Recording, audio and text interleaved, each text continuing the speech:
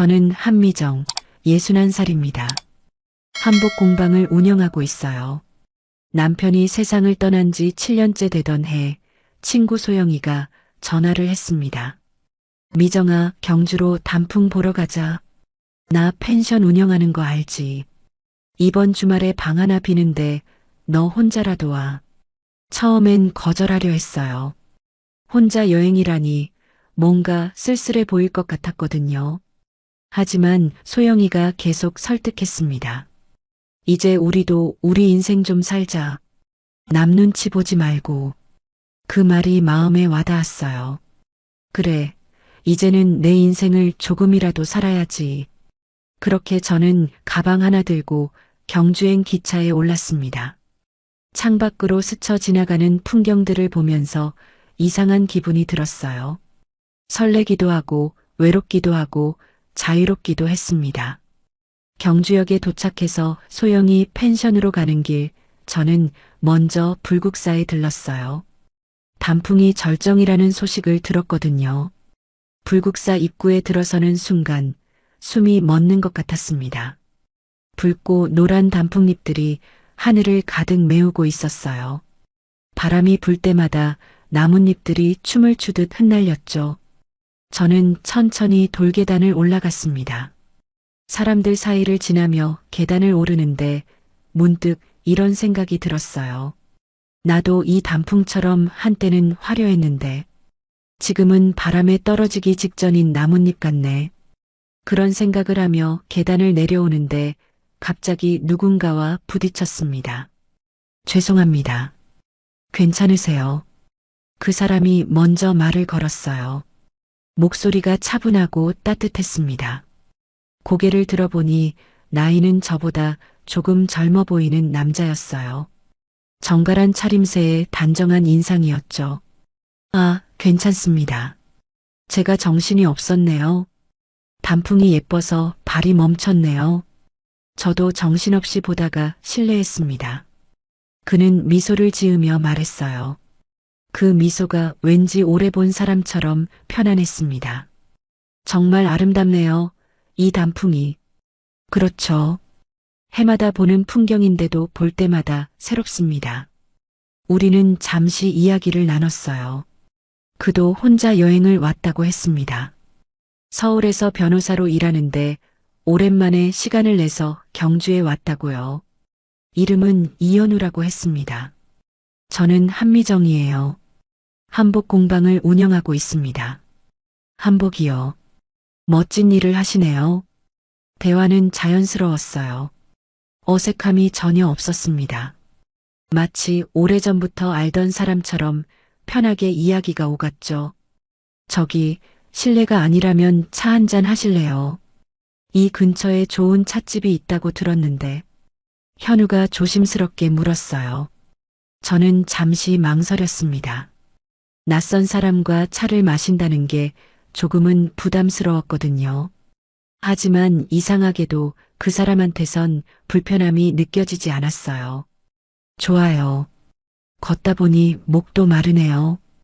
우리는 함께 불국사 옆 작은 찻집으로 향했습니다.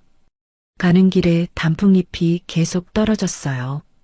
현우는 떨어지는 나뭇잎을 보며 말했습니다. 떨어지는 것도 아름답네요.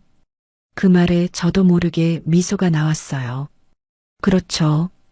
끝이 아니라 다음 계절을 준비하는 거니까요. 찻집은 아담하고 조용했습니다. 창밖으로 단풍나무가 보였어요. 우리는 대추차를 주문했습니다. 차를 마시며 이야기를 나누는 동안 저는 오랜만에 마음이 편안해지는 걸 느꼈어요. 현우는 좋은 경청자였습니다. 제 이야기를 진심으로 들어주는 게 느껴졌거든요. 남편분은요? 남편은 7년 전에 세상을 떠났어요. 죄송합니다. 불편한 질문을 드렸네요. 아니에요. 이젠 괜찮아요. 시간이 많이 흘렀으니까요. 거짓말이었어요. 사실 아직도 가끔은 힘들었거든요. 하지만 현우 앞에서는 괜찮은 척하고 싶었습니다. 저도 이혼했습니다. 5년 전에요. 현우가 조용히 말했어요. 그 순간 우리 사이에 묘한 동질감이 생겼습니다. 둘 다 상처를 안고 사는 사람들이었죠. 해가 지기 시작했어요. 찻집 창밖으로 노을이 물들고 있었습니다. 시간이 벌써 이렇게 됐네요. 즐거웠습니다. 한미정 씨. 저도요, 이현우 씨. 우리는 찻집을 나섰습니다. 헤어지기 전에 현우가 명함을 건넸어요. 연락처 남겨도 될까요? 서울에 돌아가서도 가끔 안부 여쭙고 싶네요. 저는 명함을 받았습니다. 손에 쥔 명함이 왠지 따뜻하게 느껴졌어요. 그렇게 우리는 헤어졌습니다. 펜션으로 돌아가는 길, 저는 계속 그 사람 생각을 했어요. 이상했습니다. 처음 만난 사람인데 마음이 이렇게 편할 수가 있나 싶었거든요. 소영이가 물었어요. 미정아, 무슨 좋은 일 있어? 얼굴이 환해졌네. 그냥 단풍이 예뻐서 그래. 거짓말이었죠. 단풍보다 더 마음에 남은 게 있었으니까요. 그날 밤 저는 오랜만에 편안하게 잠들었습니다. 꿈속에서도 붉은 단풍잎이 흩날리고 있었어요. 다음 날 아침 저는 일찍 눈이 떠졌습니다. 소영이 펜션에서 창문을 열자 단풍 향기가 밀려 들어왔어요. 이상하게 기분이 좋았습니다. 어제 현우를 만난 뒤로 마음 한편이 따뜻해진 것 같았거든요. 아침을 먹고 다시 불국사로 향했어요. 혼자 걸으려고 했는데 입구에서 현우와 마주쳤습니다. 우연이었을까요? 아니면 그도 저를 기대하고 있었던 걸까요? 어제 그 찻집 아세요? 오늘도 그쪽으로 가보려고요. 현우가 먼저 말을 걸었어요. 목소리에 설렘이 묻어 있었습니다. 저도 그쪽으로 가려던 참이었어요. 거짓말이었죠. 사실 저는 그냥 단풍길을 걸으려던 참이었거든요. 하지만 현우를 다시 만나니 마음이 달라졌습니다. 우리는 함께 찻집으로 걸어갔어요. 어제보다 단풍이 더 붉게 물든 것 같았습니다. 바람이 불 때마다 나뭇잎들이 눈처럼 흩날렸어요. 현우가 따뜻한 대추차 2잔을 주문했습니다. 혼자 오셨다기에 혹시 같이 걸으실래요? 이 근처에 돌담길이 아름답다고 들었거든요. 좋아요. 혼자 걷기엔 아까운 풍경이네요. 차를 마시고 우리는 불국사 뒤편 돌담길로 향했습니다. 붉고 노란 단풍나무들이 돌담을 따라 늘어서 있었어요. 마치 그림 속을 걷는 것 같았습니다. 현우는 천천히 걸으며 주변을 둘러봤어요. 서울에선 이런 풍경을 볼 수가 없죠. 그렇죠. 저도 오랜만에 이렇게 여유롭게 걷는 것 같아요. 우리는 나란히 걸었습니다. 어깨가 스칠 듯 말 듯한 거리였어요. 가끔 현우가 낮은 나뭇가지를 손으로 잡아 치워줬습니다. 그럴 때마다 제 심장이 조금씩 빨리 뛰었어요. 그때였습니다. 갑자기 바람이 세게 불었어요. 제 목에 두른 스카프가 바람에 날아갔습니다. 아, 스카프가. 현우가 재빨리 손을 뻗었어요. 바람이 장난이 심하네요. 대신 제가 잡을게요. 그는 날아가는 스카프를 잡아 제 목에 다시 둘러줬습니다. 그 손끝이 제 목덜미에 스쳤어요. 순간 온몸에 전율이 흘렀습니다. 고맙습니다. 제 목소리가 떨렸어요. 현우도 그걸 느꼈는지 살짝 미소를 지었습니다. 우리는 다시 걷기 시작했어요. 하지만 이상했습니다. 아까와는 분위기가 달라진 게 느껴졌거든요. 공기가 더 따뜻해진 것 같았어요. 현우의 손이 제 손 가까이에 있었습니다. 혹시 손이 시리세요? 아니에요, 괜찮아요. 거짓말이었죠. 사실 손이 조금 시렸거든요. 하지만 현우가 제 손을 잡을까봐 두려웠습니다. 아니, 기대했을지도 몰라요. 돌담길을 한참 걷다가 우리는 작은 정자에 앉았어요. 저 멀리 석가탑이 보였습니다. 햇살이 탑에 부딪혀 반짝이고 있었어요. 현우가 조용히 말했습니다. 한미정 씨, 여기 와서 정말 다행이에요. 저도요. 오랜만에 마음이 편안해지는 것 같아요. 사실 저도 혼자 있는 게 익숙해졌거든요. 그런데 이렇게 누군가와 함께 있으니 새롭네요. 그 말에 제 가슴이 뭉클해졌습니다. 저도 그래요. 7년을 혼자 살았는데 오늘은 외롭지 않네요. 우리는 한동안 말없이 앉아 있었어요. 침묵이 불편하지 않았습니다. 오히려 편안했어요. 현우가 가끔 저를 훔쳐보는 게 느껴졌습니다. 저도 모르게 입가에 미소가 번졌어요. 해가 저물기 시작했습니다. 펜션으로 돌아가야 할 시간이었어요. 현우가 먼저 일어났습니다. 오늘 정말 즐거웠습니다. 내일은 서울로 돌아가야 하는데 아쉽네요. 저도 내일 돌아가요. 시간이 너무 빨리 가네요. 그럼 역까지 같이 가시겠어요? 내일 기차 시간이 비슷할 것 같은데. 좋아요. 펜션으로 돌아오는 길, 제 발걸음이 가벼웠습니다. 소영이가 웃으며 물었어요. 미정아, 무슨 좋은 일 있어? 얼굴이 완전 환해졌는데. 그냥 단풍이 예뻐서 그래. 저녁을 먹고 방으로 들어왔습니다. 여행 일지를 펼쳤어요. 오늘 있었던 일들을 적다가 괜히 미소가 지어졌습니다. 현우의 손끝이 제 목덜미를 스친 그 순간이 자꾸 떠올랐거든요. 그때였습니다. 휴대폰에 문자가 왔어요. 현우였습니다. 오늘의 단풍이 너무 아름다워서요. 사진 한 장 찍어도 될까요? 저는 잠시 망설였습니다. 사진이요. 무슨 사진 말씀이세요? 한미정 씨 사진이요. 오늘 돌담길에서 단풍 바라보시던 모습이 너무 좋아서요. 이미 찍어놨는데 보내드려도 될까 싶어서요. 제 심장이 쿵쾅거렸습니다. 그래요. 보내주세요. 잠시 후 사진이 도착했어요. 사진 속 제 모습을 보고 깜짝 놀랐습니다. 제가 이렇게 환하게 웃고 있었나 싶었거든요.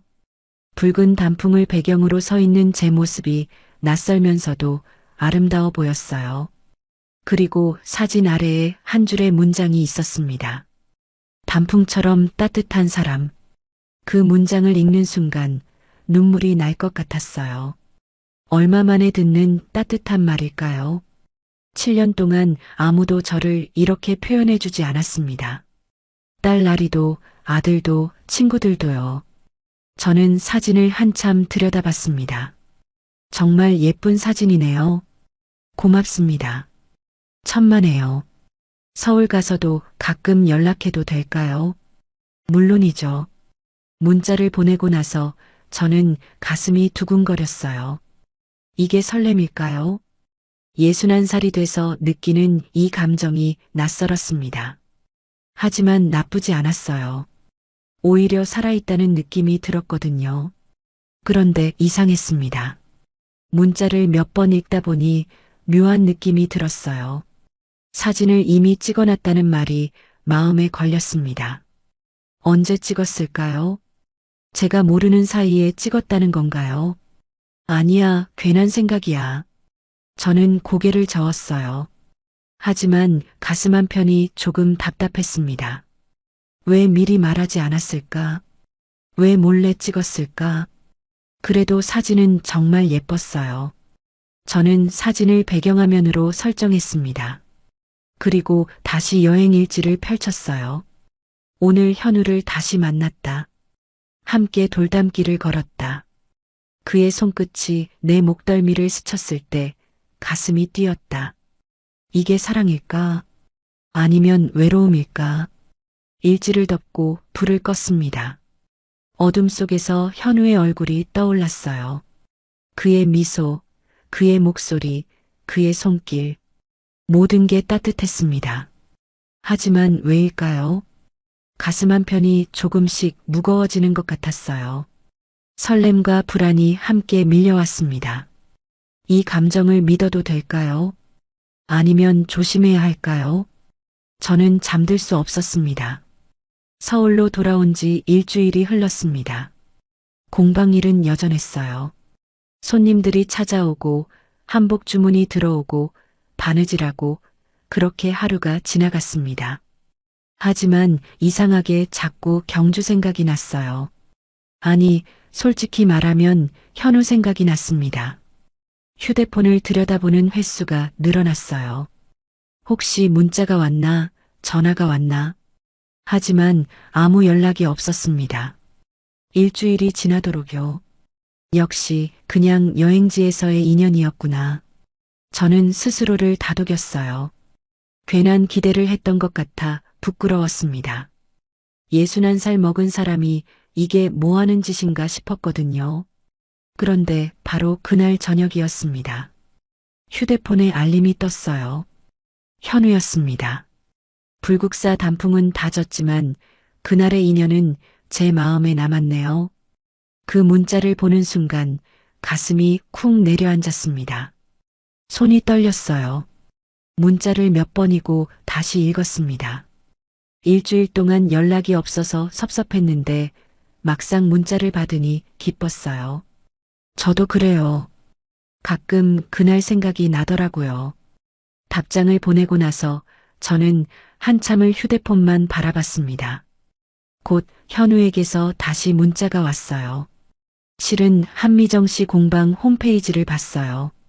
정말 멋진 작품들이 많더라고요. 혹시 인테리어 상담도 받으시나요? 제 사무실을 조금 바꾸고 싶은데 한복 소품 같은 걸로 포인트를 주면 좋을 것 같아서요. 인테리어 상담이요. 저는 잠시 망설였습니다. 그게 진짜 목적일까요? 아니면 저를 보고 싶어서 핑계를 대는 걸까요? 어느 쪽이든 나쁘지 않았어요. 물론이죠. 언제 오실 건가요? 이번 주 토요일 괜찮으세요? 오후 2시쯤요. 좋아요. 그럼 공방에서 뵐게요. 토요일까지 사흘이 남았습니다. 그 사흘 동안 저는 공방을 청소하고 또 청소했어요. 먼지 하나 없이 닦아냈습니다. 작품들도 다시 배치했어요. 왜 이러는지 모르겠더라고요. 딸 나리가 공방에 들렀다가 물었습니다. 엄마, 무슨 일 있어요? 공방이 왜 이렇게 깨끗해요? 그냥 청소 좀 했어. 나리는 의심스러운 눈으로 저를 쳐다봤지만 더 묻지 않았어요. 드디어 토요일이 왔습니다. 아침부터 옷장을 뒤졌어요. 뭘 입어야 할까? 너무 화려하면 이상하고 너무 수수하면 나이 들어 보이고 결국 베이지색 니트에 검은색 바지를 입었습니다. 거울을 보니 머리가 신경 쓰였어요. 미용실에 갈까 하다가 관뒀습니다. 너무 티나잖아요. 그냥 집에서 간단히 정리했어요. 오후 2시가 가까워졌습니다. 공방 앞에서 커피를 내렸어요. 원두향이 공방 안에 가득 퍼졌습니다. 창문을 조금 열어 환기를 시켰어요. 정확히 2시였습니다. 현우가 공방 문을 열고 들어왔어요. 깔끔한 셔츠에 청바지 차림이었습니다. 손에는 작은 쇼핑백을 들고 있었어요. 안녕하세요, 한미정 씨. 오랜만이에요. 어서 오세요. 커피 한 잔 하실래요? 좋죠. 저는 커피를 따라 건넸습니다. 현우는 공방을 천천히 둘러봤어요.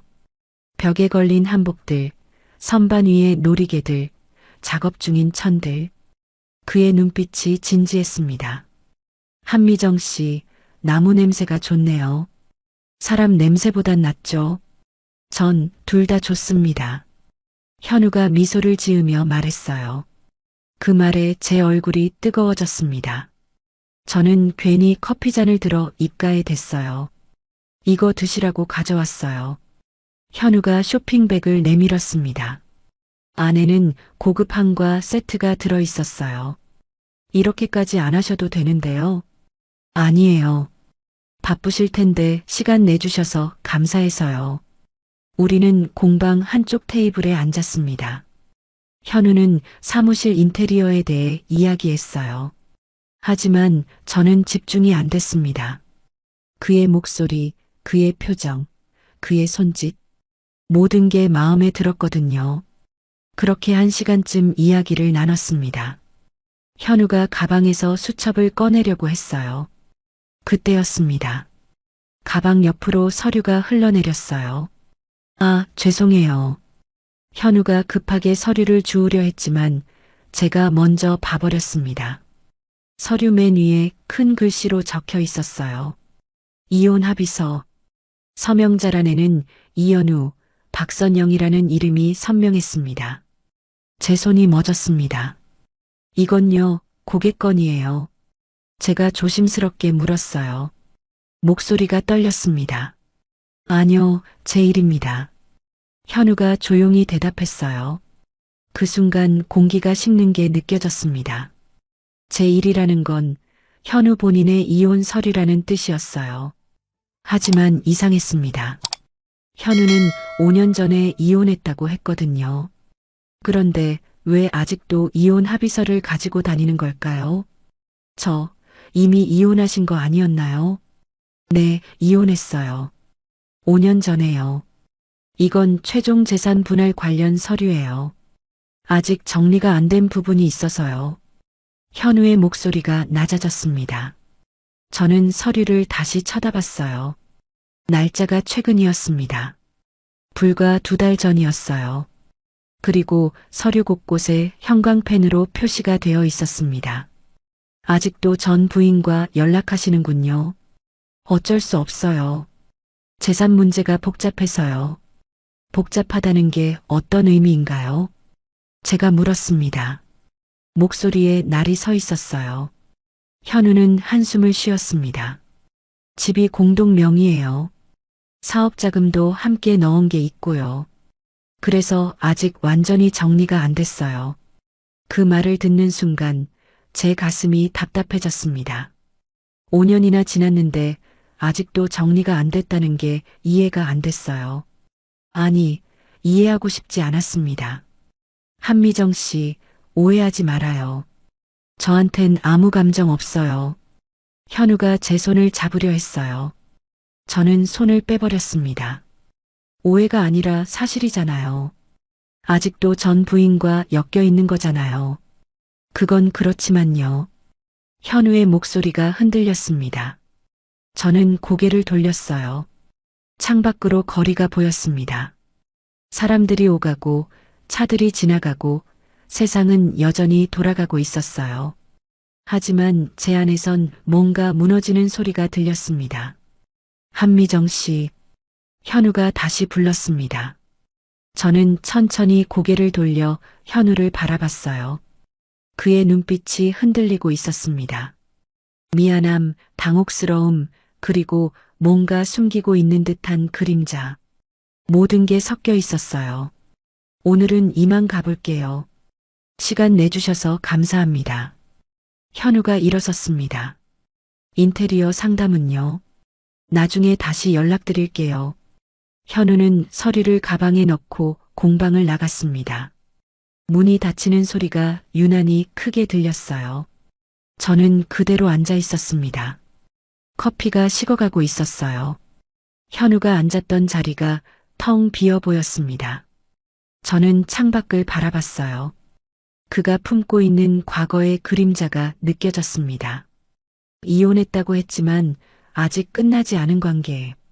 재산 분할이라는 명목으로 계속 이어지는 인연. 그게 뭘 의미하는 걸까요?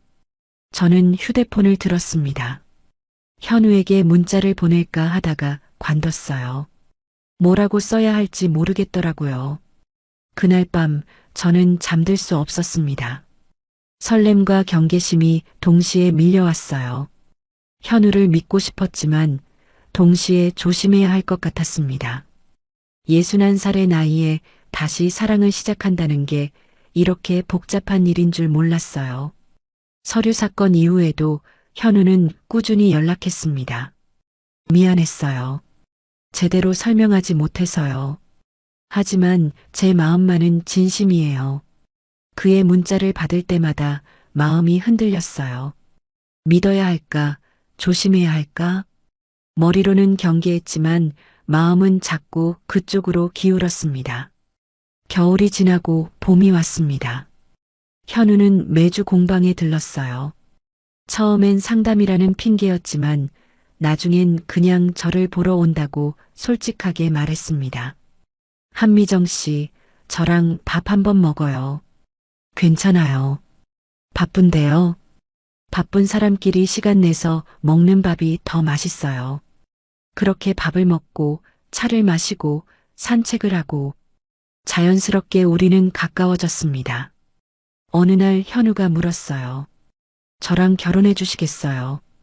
갑작스러운 청혼이었습니다. 저는 할 말을 잃었어요. 너무 빠른 거 아니에요. 우리 만난 지 몇 달밖에 안 됐잖아요.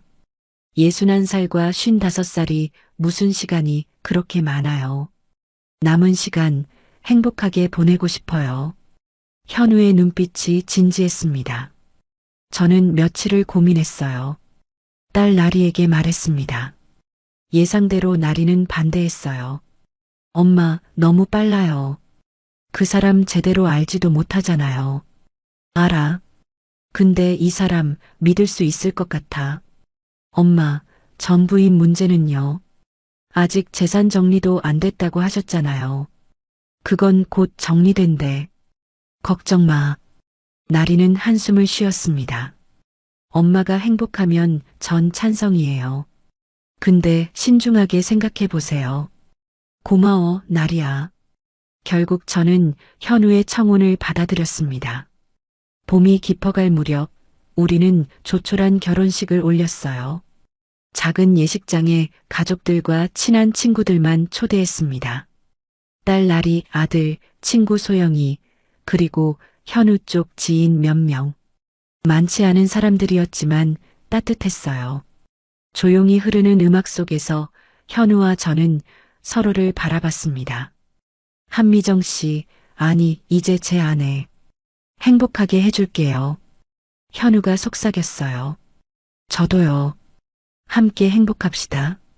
제 눈에 눈물이 맺혔습니다. 61년을 살면서 다시 결혼식을 올릴 줄 몰랐어요.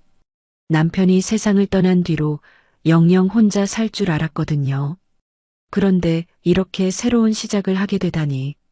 식이 끝나갈 무렵이었습니다. 하객들에게 인사를 하는데 낯선 시선이 느껴졌어요. 뒤를 돌아보니 예식장 맨 뒷자리에 중년 부부가 앉아 있었습니다. 여자가 현우를 바라보며 입꼬리를 올렸어요. 그 미소가 이상했습니다. 축하한다는 느낌이 아니었어요. 뭔가 비웃는 것 같았습니다. 저분들은 누구예요? 제가 현우에게 물었습니다. 현우가 뒤를 돌아봤어요. 그 순간 그의 얼굴이 굳었습니다. 모르는 분들이에요. 그의 대답이 너무 빨랐어요. 그런데 이상했습니다. 현우의 눈빛이 순간적으로 흔들렸거든요. 정말 모르는 사람이라면 왜 저런 표정을 지을까요? 저는 다시 그쪽을 봤어요. 하지만 그 부부는 이미 자리를 떠난 뒤였습니다. 예식장 문이 닫히는 소리만 들렸어요. 왠지 불길한 느낌이 들었습니다. 신혼집은 현우의 집이었어요. 넓은 아파트였습니다. 거실이 훤하고 방도 3개나 됐어요. 하지만 집안 곳곳에서 여자의 흔적이 느껴졌습니다. 부엌 찬장 배치, 거실 소파 위치, 침실 커튼까지 모든 게 낯설었어요. 이 집, 전 부인과 살던 곳 맞죠? 네, 그렇긴 한데요. 다 새로 바꿀게요. 현우가 미안한 표정으로 말했습니다. 괜찮아요. 집은 집일 뿐이에요. 입으로는 그렇게 말했지만 마음은 편치 않았습니다. 결혼 일주일째 되던 날이었어요. 저녁을 먹는데 현우 휴대폰이 울렸습니다. 현우가 화면을 보더니 표정이 굳었어요. 업무 전화야. 잠깐 받고 올게. 현우는 서재로 들어갔습니다. 문이 닫히는 소리가 들렸어요. 저는 혼자 남아 식탁에 앉아 있었습니다. 서재에서 현우의 목소리가 새어나왔어요. 그러니까 그건 안 된다고 했잖아. 이미 끝난 일이야. 목소리가 낮고 단호했습니다. 누구와 통화하는 걸까요? 업무 통화치고는 감정이 실려 있었어요. 1시간쯤 지나서 현우가 나왔습니다. 미안해요. 복잡한 사건이라서요. 괜찮아요. 저는 웃으며 대답했습니다. 하지만 괜찮지 않았어요. 뭔가 이상했거든요. 그날 이후로 전화가 자주 왔습니다. 현우는 그때마다 서재로 들어갔어요. 업무 전화라고 했지만 통화 시간이 너무 길었습니다.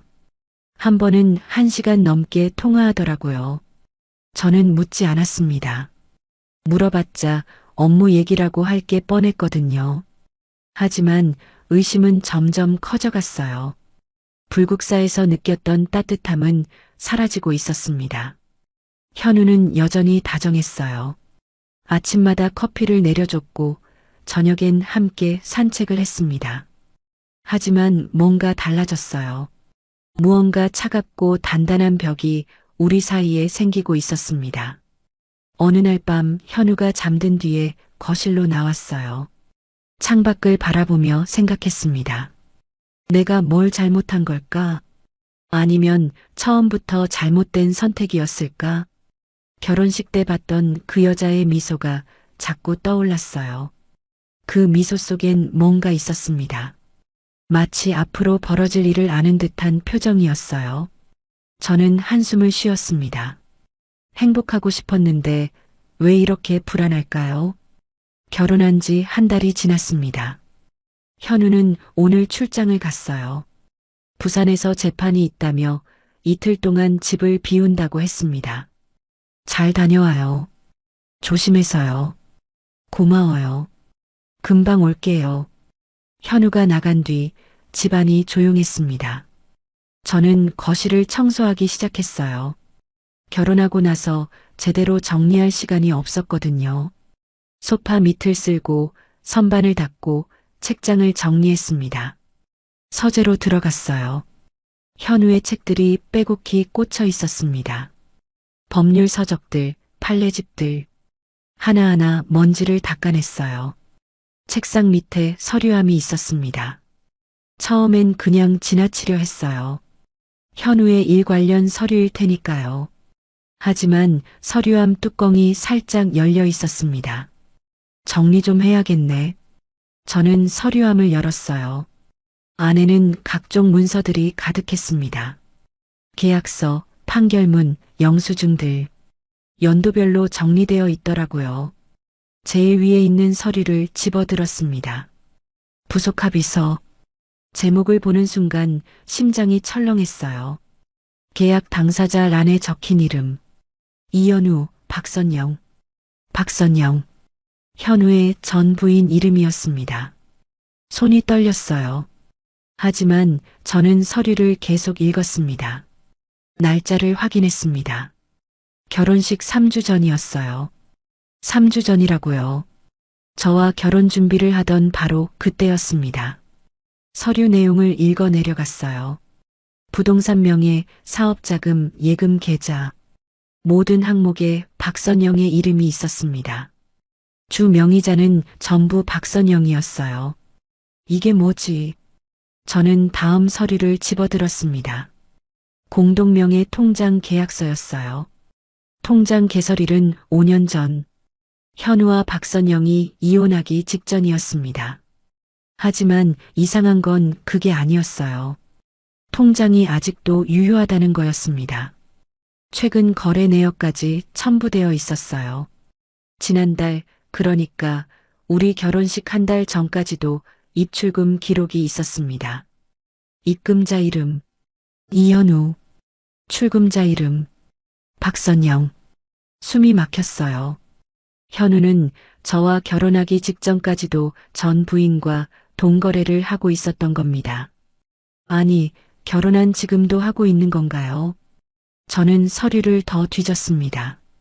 손이 덜덜 떨렸지만 멈출 수 없었어요. 알아야 했습니다. 진실을 알아야 했어요. 맨 아래에서 또 다른 서류가 나왔습니다. 재산분할 최종 합의서. 이번엔 날짜가 결혼식 일주일 전이었어요. 서류를 펼쳤습니다.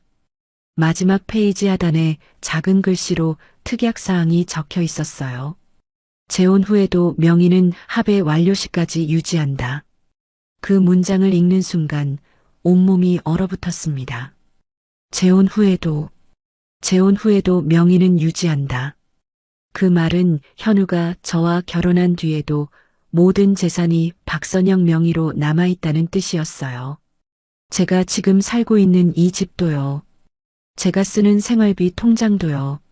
모든 게 박선영 것이었습니다. 저는 주저앉았어요. 손에서 서류가 떨어졌습니다. 종이들이 바닥에 흩어졌어요. 머리가 하얘졌습니다. 저는 뭐였을까요? 현우에게 저는 뭐였을까요? 사랑이었을까요? 아니면 그냥 외로움을 달래줄 사람이었을까요? 불국사 단풍길에서 현우를 만났을 때가 떠올랐어요. 그때 느꼈던 설렘, 따뜻함, 희망. 모든 게 거짓이었던 걸까요? 아니야, 그럴 리 없어. 저는 고개를 저었습니다. 분명 오해일 거예요. 현우한테 물어보면 설명해 줄 거예요. 다 이유가 있을 거라고요. 하지만 손끝이 차가웠습니다. 서류에 적힌 날짜들, 금액들, 이름들, 모든 게 명확했어요. 오해할 여지가 없었습니다. 현우는 저와 결혼하면서도 전 부인과의 관계를 완전히 정리하지 않았던 겁니다. 아니, 정리할 생각이 없었던 건지도 몰라요. 저는 휴대폰을 들었습니다. 현우에게 전화를 걸려다가 멈췄어요. 뭐라고 말해야 할까요? 당신 서류 뒤졌다고 할까요? 아니면 전부인 명의가 왜 아직도 유지되냐고 따질까요? 손가락이 떨려서 버튼을 누를 수가 없었어요. 저는 휴대폰을 내려놨습니다. 거실로 나와 소파에 앉았어요. 창밖을 바라봤습니다. 봄 햇살이 따뜻하게 들어오고 있었어요. 하지만 제 안은 겨울보다 추웠습니다. 결혼식 때 봤던 그 여자가 떠올랐어요. 현우를 바라보며 입꼬리를 올렸던 그 미소. 이제 알 것 같았습니다. 그 여자가 왜 그렇게 웃었는지. 박선영이었던 거예요. 결혼식에 와서 저를 지켜본 사람. 현우의 전 부인이었던 겁니다. 저는 눈을 감았어요. 눈물이 흘러내렸습니다. 참으려 했지만 참을 수 없었어요. 61살에 다시 시작한 사랑이 이렇게 무너지다니. 저는 뭘 믿었던 걸까요? 현우의 다정한 말들, 따뜻한 눈빛, 진심 같았던 고백들. 모든 게 거짓이었을까요? 아니면 진심이었지만 충분하지 않았던 걸까요? 휴대폰이 울렸습니다. 현우였어요. 문자가 와 있었습니다. 회의 잘 끝났어요. 내일 저녁에 들어갈게요. 보고 싶네요. 저는 문자를 읽고 또 읽었습니다. 보고 싶다는 말이 공허하게 느껴졌어요. 답장을 하지 않았습니다. 뭐라고 써야 할지 몰랐거든요. 저는 다시 서재로 들어갔어요. 바닥에 흩어진 서류들을 주웠습니다. 하나하나 다시 읽었어요. 읽으면 읽을수록 확신이 들었습니다. 저는 이 집의 주인이 아니었어요. 이 통장의 주인도 아니었습니다. 모든 게 박선영의 것이었어요. 그럼 저는 뭐죠? 손님인가요? 아니면 그냥 지나가는 사람인가요? 저는 서류를 다시 서류함에 넣었습니다. 원래 있던 자리 그대로요. 현우가 눈치채지 못하게요. 하지만 제 마음은 이미 무너진 뒤였습니다. 현우가 출장에서 돌아왔습니다. 저는 아무렇지 않은 척했어요. 웃으며 인사했고 저녁도 차렸습니다. 하지만 마음은 무너져 있었어요. 잘 다녀왔어요. 응, 고마워요. 집이 깨끗해졌네요. 청소 좀 했어요. 현우는 모르고 있었습니다. 제가 서류함을 열어봤다는 걸, 모든 걸 알아버렸다는 걸. 며칠이 지났어요. 저는 계속 고민했습니다. 물어봐야 할까, 모른 척해야 할까? 하지만 물어본다고 뭐가 달라질까요? 그냥 이대로 살까 싶기도 했어요. 모르는 척하고, 행복한 척하고, 하지만 그럴 수 없었습니다. 가슴이 너무 아팠거든요. 어느 날 오후였습니다. 현우는 사무실에 나가고 집엔 저 혼자였어요. 설거지를 하고 있는데 초인종이 울렸습니다. 누구지? 인터폰 화면을 봤어요. 낯선 여자가 서 있었습니다. 세련된 옷차림에 단정한 헤어스타일이었어요. 나이는 저보다 조금 어려 보였습니다. 50대 중반쯤 될까요? 누구세요? 안녕하세요. 이현우 변호사님 댁 맞으시죠? 잠깐만 뵙고 싶은데요. 목소리가 차분했습니다. 저는 망설였어요. 하지만 현우 관련 일 같아서 문을 열었습니다. 여자가 현관으로 들어섰어요. 가까이서 보니 더 세련되어 보였습니다. 명품 가방에 고급스러운 액세서리. 저와는 다른 분위기였어요.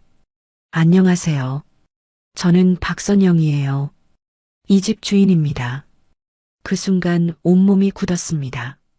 박선영. 현우의 전 부인이었어요. 저는 한미정이에요. 현우 씨의 아내입니다. 제 목소리가 떨렸습니다. 박선영은 미소를 지었어요. 하지만 그 미소는 따뜻하지 않았습니다. 아, 재혼하셨다는 얘기 들었어요. 축하드려요. 고맙습니다. 저는 어색하게 대답했습니다. 박선영은 거실을 둘러봤어요. 마치 자기 집을 살피듯 천천히요. 많이 바뀌었네요. 소파 위치도 바꾸셨네요. 네, 조금 정리했어요. 그런데 이 집은 아직 제 명의예요. 현우 씨, 명예 이전 안 하셨죠? 박선영이 침착하게 말했습니다. 저는 할 말을 잃었어요. 서류에서 봤던 내용이 사실이었던 겁니다. 그건요. 말을 이으려는데 현우가 들어왔습니다. 현관문이 열리는 소리가 들렸어요. 현우가 거실로 들어서더니 박선영을 보고 굳었습니다. 선영 씨, 왜 여기 온 거예요? 현우의 목소리가 낮았어요. 명예 이전 얘기하러 왔어요. 언제까지 미룰 거예요? 그건 나중에 따로 얘기합시다. 왜요? 새 부인 앞에서 못할 얘기예요. 박선영의 목소리에 가시가 돋쳐 있었습니다. 현우는 저를 쳐다봤어요. 미안하다는 표정이었습니다. 한미정 씨, 잠깐만 방에 있어 줄래요? 저는 방으로 들어갔습니다. 하지만 문을 닫지 않았어요. 거실에서 들리는 대화가 귀에 들어왔습니다. 도대체 뭐 하는 거예요? 재혼까지 했으면서 명예 이전도 안 하고. 박선영의 목소리였어요. 지금 돈이 없어요. 조금만 기다려줘요. 현우가 답답하게 말했습니다. 기다리라고요. 벌써 5년이 넘었어요. 제 이름으로 된 재산, 제가 가져가는 게 당연한 거 아니에요. 알아요. 곧 정리할게요. 곧이 언제예요? 당신 항상 그렇게 말하잖아요. 두 사람의 목소리가 점점 커졌습니다. 저는 가슴이 터질 것 같았어요. 귀를 막고 싶었지만 막을 수 없었습니다. 한참 뒤에 박선영이 나갔습니다. 현관문이 닫히는 소리가 들렸어요. 저는 거실로 나왔습니다. 현우가 소파에 앉아 있었어요. 얼굴이 창백했습니다. 설명 좀 해주세요. 제가 조용히 말했습니다. 미안해요. 선영 씨가 갑자기 와서요. 갑자기요. 이 집 주인인데 갑자기라는 게 말이 돼요. 현우는 고개를 숙였습니다. 그 사람 한때 내 인생 전부였어요. 지금은 동정일 뿐이에요. 동정이요. 아직도 명의를 못 넘긴 게 동정이에요. 그건요. 그건 뭐예요? 돈이 없다고 했죠. 그럼 지금 우리가 쓰는 생활비는요? 그것도 그 여자 돈이에요. 현우는 대답하지 못했습니다. 저는 침실로 들어갔어요. 옷장을 열어 짐을 싸기 시작했습니다. 손이 떨렸지만 멈출 수 없었어요. 현우가 뒤따라 들어왔습니다. 뭐 하는 거예요? 나가야죠. 여기 제 집이 아니잖아요. 한미정 씨, 제발 오해하지 말아요. 오해가 아니라 사실이잖아요. 저는 계속 짐을 쌌습니다. 며칠 뒤였어요. 집을 나가려던 참에 현우 책상 위에서 영수증을 발견했습니다. 병원 영수증이었어요. 이름을 보는 순간 숨이 멎었습니다.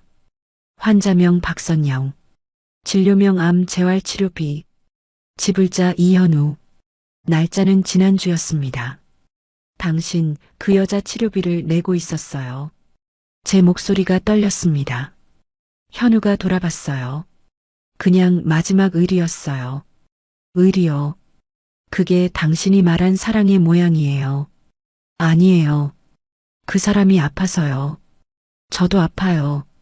지금 이 순간 너무 아파요. 눈물이 흘러내렸습니다. 참으려 했지만 참을 수 없었어요. 저는 가방을 들었습니다. 현우가 제 팔을 잡았어요. 가지 마요. 제발, 놔주세요. 저는 현우의 손을 뿌리쳤습니다. 문을 열고 나갔어요. 뒤돌아보지 않았습니다. 엘리베이터를 타고 내려가는 동안 눈물이 멈추지 않았어요. 61살에 시작한 사랑이 이렇게 끝나다니. 밖으로 나오니 차가운 바람이 불었습니다. 봄인데도 겨울처럼 추웠어요. 딸 나리의 집에서 일주일을 지냈습니다. 나리는 아무 말도 하지 않았어요. 그냥 방을 내주고 밥을 차려주고 조용히 곁에 있어줬습니다. 엄마, 괜찮아요. 응, 괜찮아. 거짓말이었죠. 하나도 괜찮지 않았습니다. 밤마다 잠들 수 없었어요. 눈을 감으면 현우의 얼굴이 떠올랐습니다. 불국사 단풍길에서 처음 만났을 때의 따뜻한 미소, 공방에 찾아왔을 때의 설렘, 결혼식 날의 행복, 그리고 마지막 날 저를 붙잡던 그 손길. 모든 게 거짓이었을까요? 아니면 진심이었지만 충분하지 않았던 걸까요? 휴대폰엔 현우에게서 수십 통의 전화와 문자가 와 있었습니다. 미안해요. 설명할 기회를 주세요. 한미정 씨, 제발 연락 좀 해주세요. 당신 없으니 집이 너무 텅 비었어요. 저는 읽기만 하고 답장하지 않았습니다. 뭐라고 답해야 할지 몰랐거든요. 어느 날 오후였어요. 친구 소영이에게서 전화가 왔습니다. 미정아, 나야. 잘 지내? 응, 그럭저럭. 목소리에 힘이 없었습니다. 소영이는 잠시 침묵하다가 조심스럽게 말했어요. 미정아, 너한테 할 말이 있어. 뭔데? 현우 씨 전 부인 말이야. 박선영이요. 그 이름만 들어도 가슴이 답답했습니다. 응? 그 사람 지난주에 세상을 떠났대. 뭐라고요? 저는 벌떡 일어났습니다. 암이었대. 재발해서 투병하다가 결국 경주에 있는 내 친구가 알려줬어. 현우 씨가 장례식장에 있다던데. 그 순간 머릿속이 하얘졌습니다. 암, 치료비, 병원 영수증, 모든 게 연결되었어요.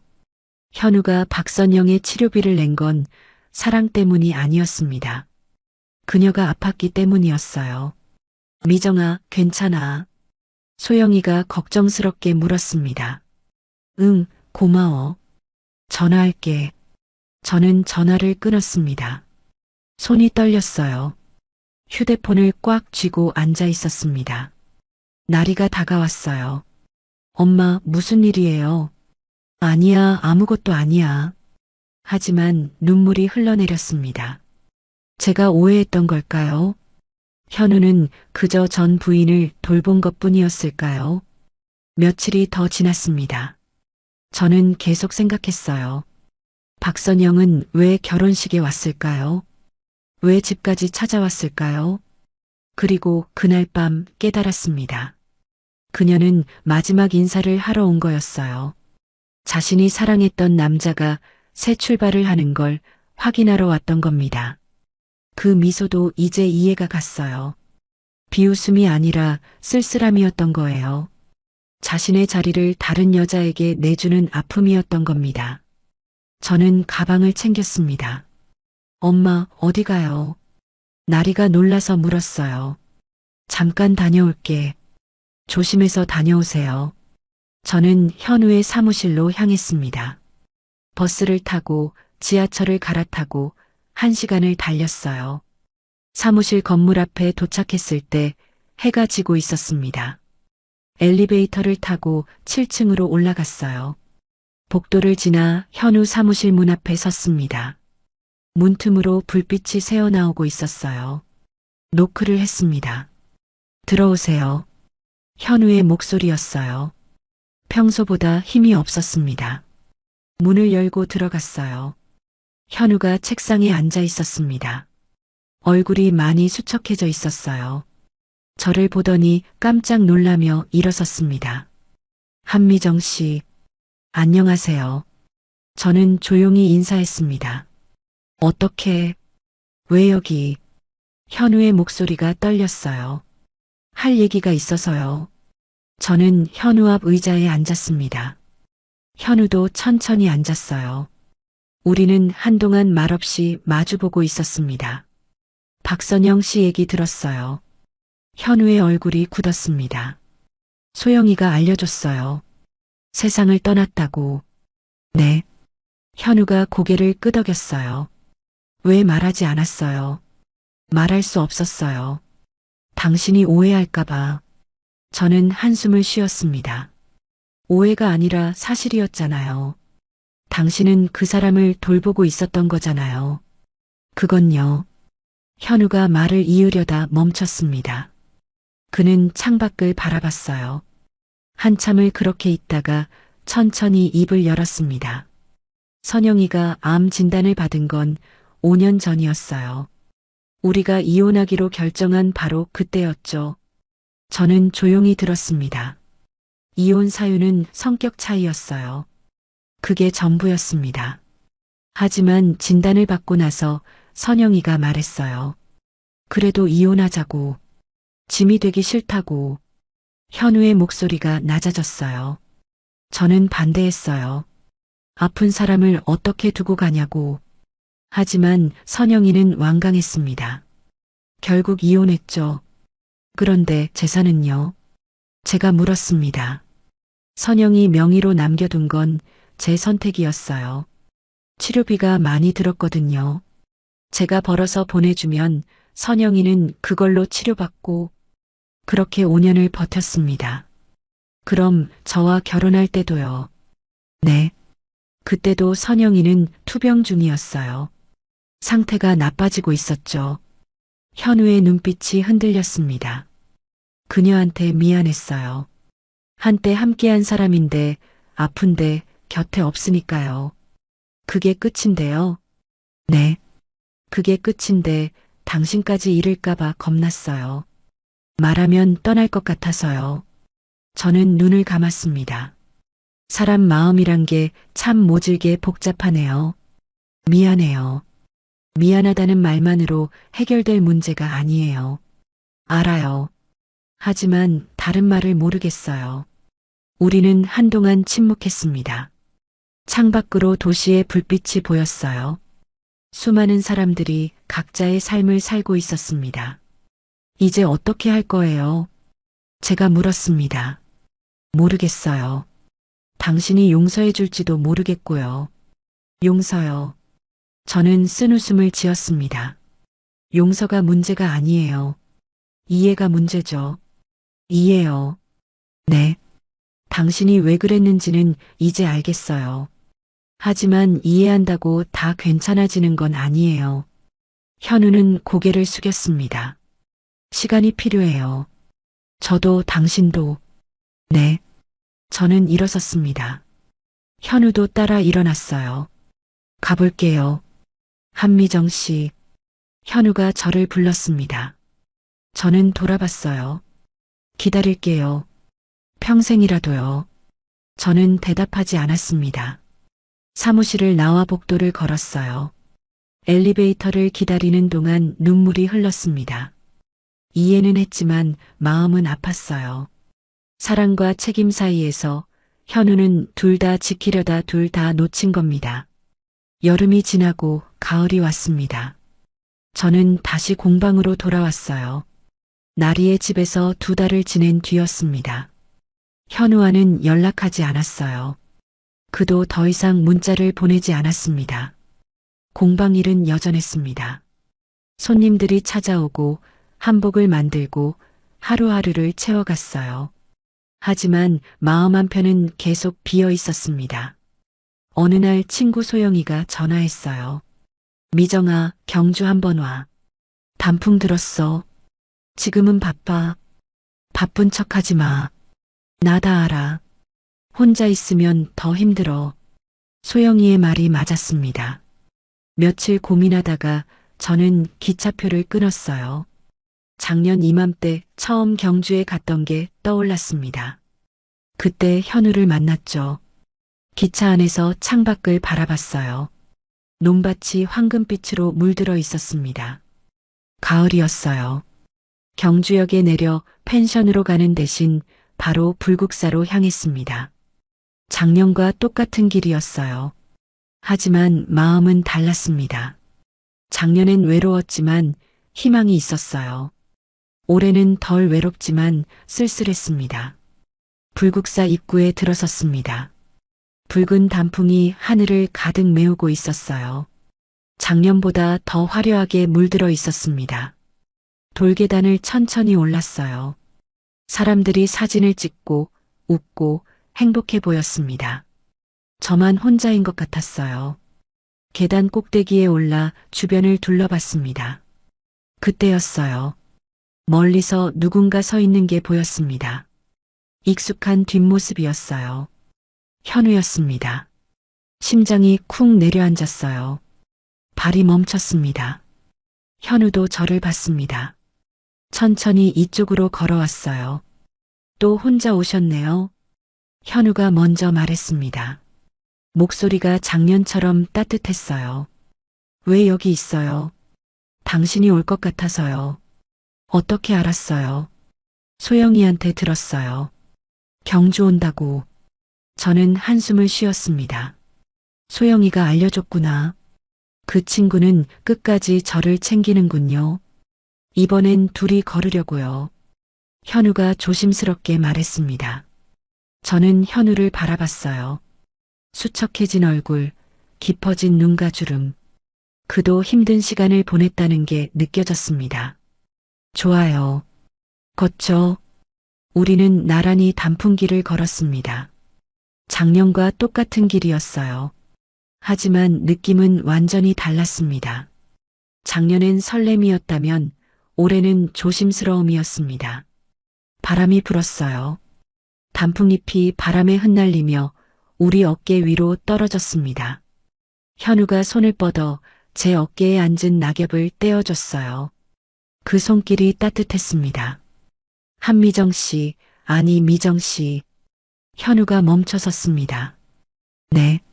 저도 멈춰서 현우를 바라봤어요. 미안했어요. 당신을 힘들게 해서요. 저도 미안해요. 이해하려 하지 않고 떠나버려서요. 아니에요. 당신 잘못이 아니에요. 우리는 서로를 바라봤습니다. 현우의 눈에 눈물이 맺혀 있었어요. 다시 시작할 수 있을까요? 현우가 물었습니다. 저는 잠시 생각했어요.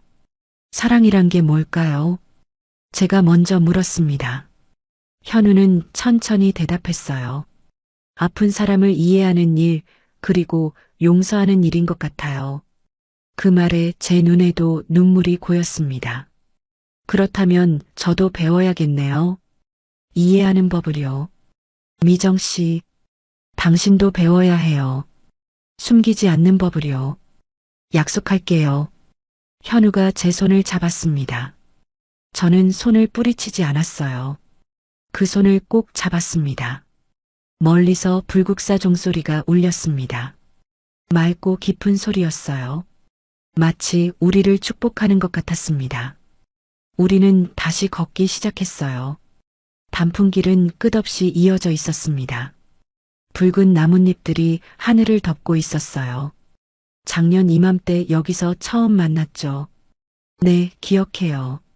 계단에서 부딪혔죠. 그때 당신 미소가 참 따뜻했어요. 저도 당신 목소리가 좋았어요. 우리는 웃었습니다. 오랜만에 편안하게 웃는 것 같았어요.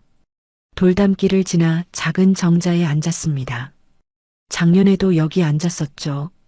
네, 기억나요. 그때는 모든 게 설렜는데 이렇게 힘들 줄 몰랐어요. 사랑이 원래 그런 거 아닐까요? 쉬우면 사랑이 아니죠.